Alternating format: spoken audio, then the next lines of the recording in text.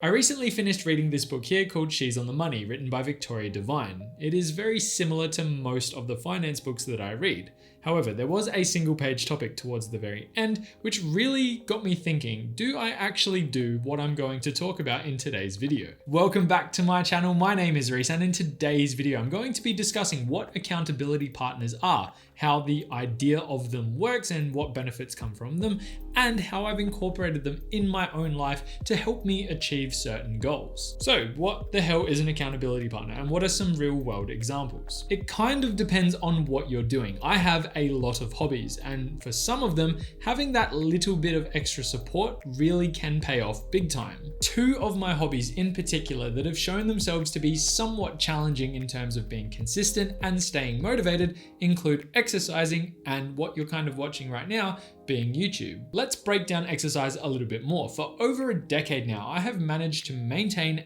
a pretty consistent exercise regime, including things like cardio training and the gym. However, over that period of time, I have definitely had periods of that where I've had accountability partners to keep my morale boosted. I'm talking like 6 to 12 month periods that I could slot into that decade or that past decade where I was training with someone at least 50% of the time. I believe that today I am relatively fit and strong, and I owe a lot of it to the people in the early stages who kept me motivated and consistent to go to training sessions where I probably would have given up if I didn't have that support in the early days. And to be fair, it was kind of a partnership because I was doing the same for them.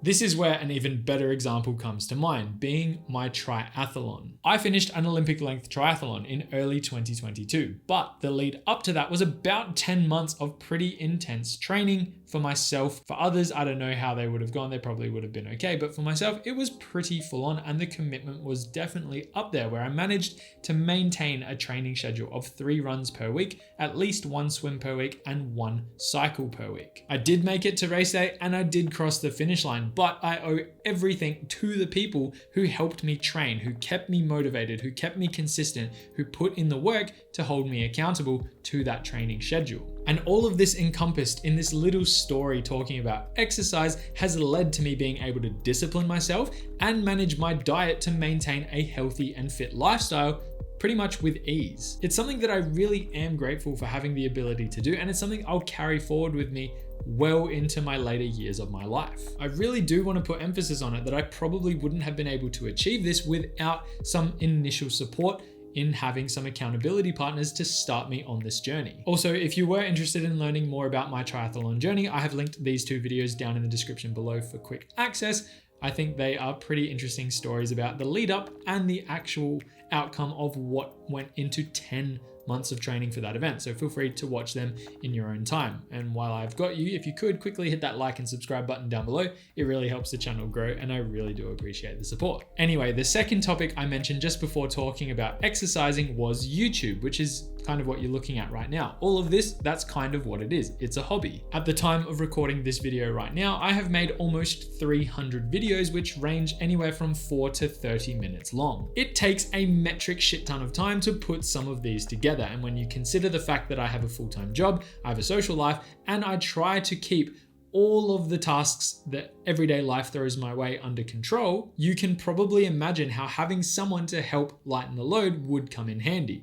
Just as a note, I do not actually have an accountability partner for this channel. However, I can guarantee that doing this with someone else would make the entire process much easier. But I will admit that it is quite rewarding that the majority of the work that I'm doing is my own. That is something that definitely gives me a lot of satisfaction. So now that story time is over, how does this all work, and what are the benefits of having an accountability partner? Technically, there are no rules, and I think one of the coolest things about the world that we live in today is that no matter where you live, there are going to be groups and communities who have interests in basically anything that you can think about. This means that any idea or goal that you have will most likely have resources available and others who are interested in doing it alongside with you. I learned how to solve a Rubik's Cube from the internet. I've learned how to improve my chess game by practicing against others online and playing with my friends. I have managed to practice Italian and read consistently every day for over 2 years, and some of the motivation that fed into me being able to achieve this came from others within my social group who decided to partake in some of these activities. And all of these were different for the people who played the role of accountability partner. However, the payoffs generally in most of these instances were the same. The overall benefits from these have massively boosted my happiness and well-being, where I've been able to celebrate my wins with the people that I've worked alongside to achieve these goals. I've also been able to set new goals, which has not only improved my relationships with those who are partaking in the activities I'm doing, but it's also allowed me to learn and develop new interests, which excite me and make me want to do more. One of the most effective things that I believe I have somewhat influenced for the closest people in my life is developing changed money habits to help improve their financial situations. It has been very rewarding watching them adopt certain financial practices, ask important questions, and actually take action to set themselves up for financial success. And as a last one-liner for the benefits, doing most things with someone else will make it a much easier and generally more enjoyable process. I would suggest that you have a think about how you could incorporate an accountability partner into anything that you do, especially anything that you believe might add value to that experience or activity. Maybe you have a friend that you haven't seen in a little while but are eager to catch up with. Maybe you want to start walking regularly.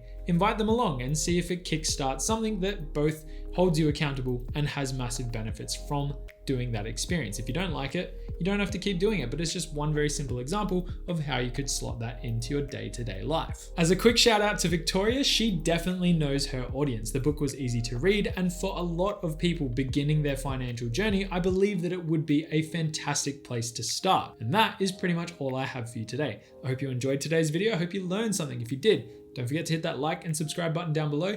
You already know how much it helps the channel grow. And I will leave you there. Have a good day, have a good week. And as always, I will see you in the next one. Bye for now.